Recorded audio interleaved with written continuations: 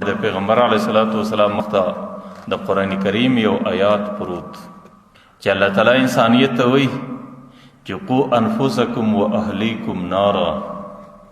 اے انسانانو، اے مومنانو، تاسو بخپل ځانونه هم د جهنم د اور څخه ګورئ او خپل بچی به هم د جهنم د اور څخه ګورئ. د جهنم څنګه اور دی؟ وقودها الناس والحجاره، چې هغې په ډبرو باندې بلیږي، هغې د انسانانو په جسدونو په بدنونو باندې بلیږي. او علیها ملائکة غلاظ شداد، پر هغې باندې ډېرې غلیظې او سختریزه ملایکې مقررې دي. لا یعصون الله ما امرهم، چې الله تعالی کوم امر ورته کوي د الله د امر نافرماني نه کوي. ویفعلون ما یؤمرون، د الله تعالی امر دستی پر ځای کوي. نو پیغمبر علیه الصلاۃ والسلام مخته دا آیات راځي او دی آیات کې الله تعالی دا حکم کوي چې د انسان ذمہواری صرف دا نه ده چې انسان به خپل ځان خلاصوي،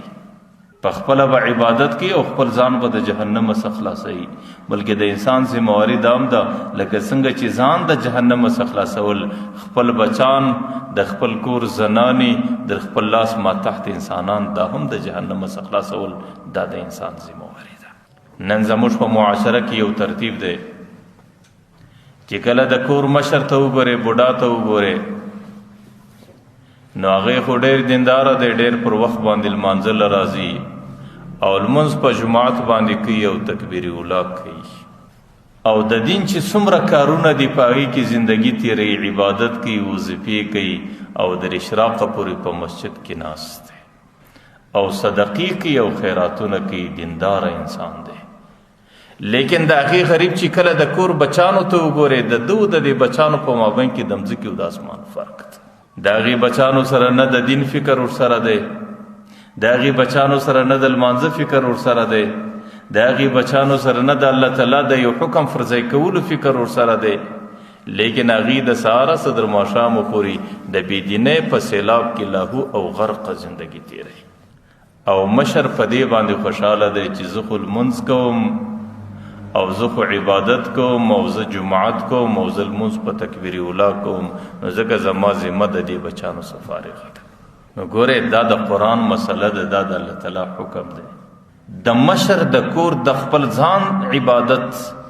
او خپل ځان د جهنم څخه ساتل، دا هم د ذمہواري.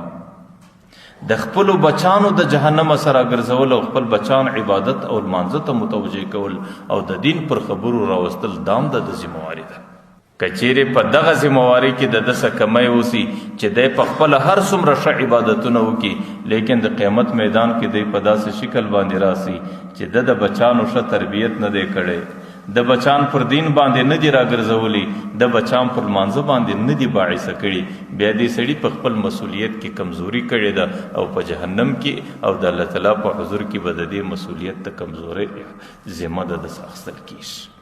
ځکه د مشر دا ذمہواري ده چې کشر به لمانځه ته متوجه کوي، کشر به عبادت ته متوجه کوي،